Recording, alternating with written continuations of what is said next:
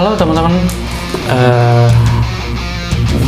di antara teman-teman siapa aja yang suka baca buku ataupun misalnya ya baca-baca novel, ceritanya yang dari buku, masih bertahan dengan hobinya membaca buku, entah itu novel, komik, buku ilmu pengetahuan ataupun buku-buku yang lainnya ya. Dan assalamualaikum warahmatullahi wabarakatuh teman-teman, apa kabarnya? Semoga teman-teman sehat selalu, dimudahkan rezekinya, dimudahkan beraktivitasnya, sukses selalu buat teman-teman. Oke, bahasan kita kali ini di Kang Idan 93 channel yaitu mengenai buku, terutama buku-buku yang memotivasi. Alhamdulillah Kang Idan sebenarnya kalau waktu kecil itu kurang berminat pun kurang senang baca, tapi setelah kelas 2 SMA Kang Idan mulai senang. Yang pertamanya itu dari kumpulan cerpen, lalu meningkat ke novel yang karyanya atau bukunya tebal, terutama dari karya Tereli.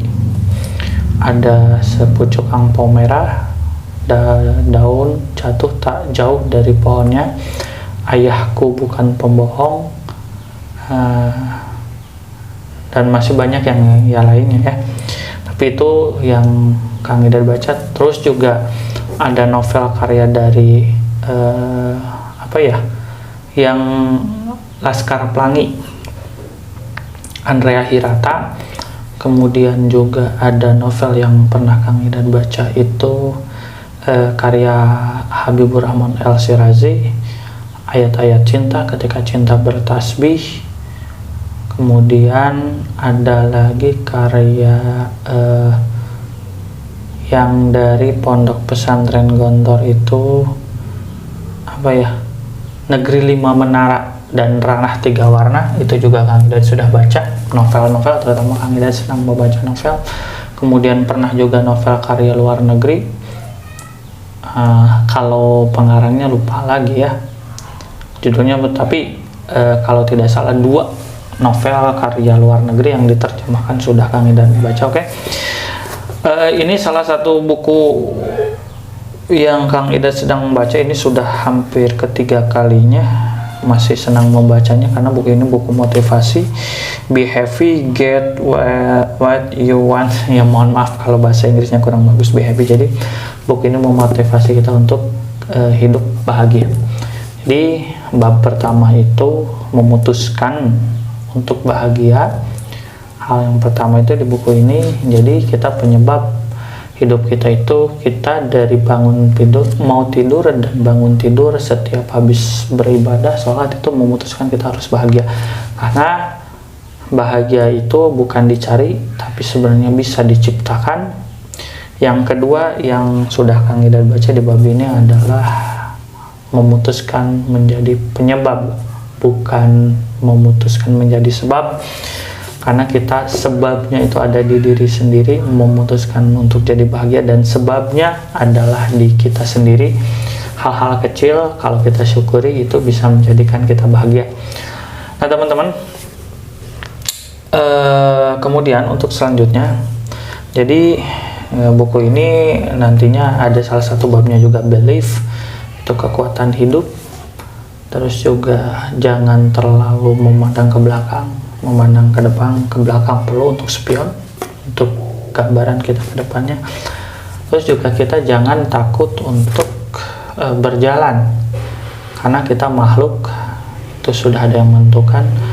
Jadi makhluk sekecil kuman, terus cacing dan yang lainnya pun sudah ada rezekinya. Sehingga Tuhan itu tidak akan pernah membiarkan hambanya untuk itu sengsara, dan Tuhan pasti memberikan ujian itu sesuai dengan kemampuannya. Oke, kembali lagi ke laptop. Jadi teman-teman, karena sekarang kenapa orang sudah kurang minat membacanya, padahal guru-guru bangsa kita ataupun orang-orang hebat masih senang membaca, karena jelas membaca adalah kuncinya ilmu dan buku adalah gudangnya ilmu.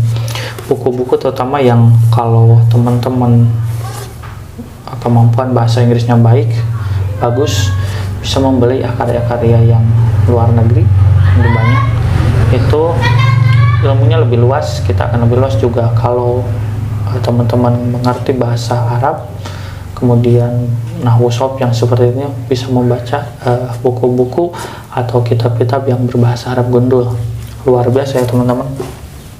Salah satunya tokoh dunia, tokoh revolusi Iran, negara Iran yang dari seorang raja dikudeta atau digulingkan oleh salah satu tokoh besar yaitu Imam Khomeini.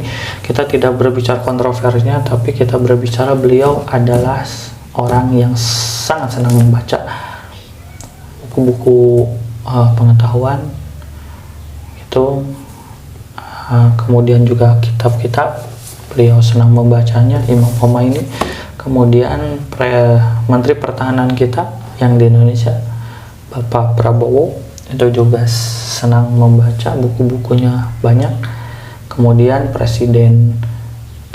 mantan presiden kita Pak SBY, Susilo Bambang Yudhoyono, juga senang membaca, dan juga sekaligus beliau sering pernah ya, kalau tidak salah pernah menuliskan karya dalam sebuah buku. Kemudian juga sang kritikus di negara kita yaitu Bapak Rocky Gerung, sangat luar biasa, buku-bukunya banyak yang beliau baca, jadi sehingga pengetahuannya tercerahkan. Terus juga Pak Akbar Faisal, tokoh-tokoh lainnya di luar negeri juga, salah satunya yang presiden